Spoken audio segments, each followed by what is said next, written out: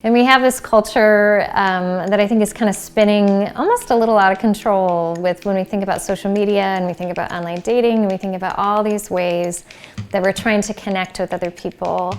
And sometimes I think for some of us we feel that it's not necessarily connection we're experiencing, it's disconnection.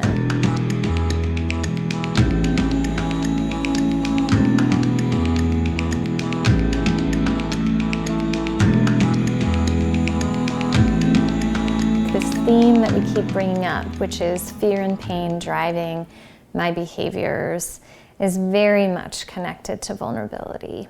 So my ability to be willing to experience pain is in complete correlation, it's in complete connection with my ability to be authentic and to be vulnerable. If I'm choosing relationships and partnerships that I'm really not that into, or I don't really care that much about, my heart really can't be broken. I can actually think about relationships in my life and I can pinpoint the ones in which I really let myself connect. And I can pinpoint other relationships that seemed like, at least on the surface or on paper or on social media, to be very connected. I'm not sure if I was really fully there. And I think that's a reality. When we talk about our barriers to love, sometimes the barrier is that I can't even show up in a loving way. And I understand why. It's like a no shit comment. It's like, it really hurts to have your heart broken.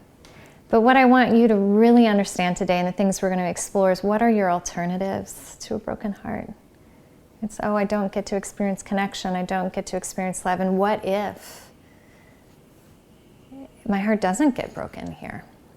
You know, what if it feels like a connected, healthy, loving relationship where I get to give love and receive love more fully?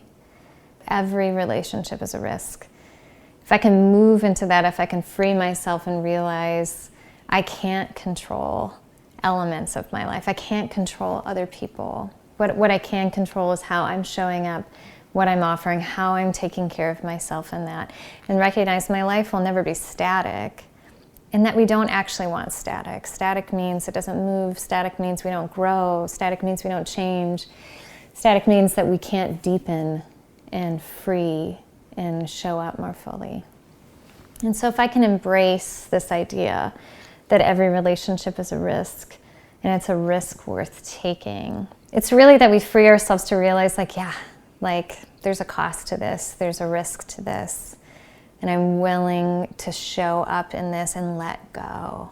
Like, not so much so in this passive, like I said, unconnected to ourself kind of way. Like, that's why we lay all this groundwork before I'm even talking about this idea.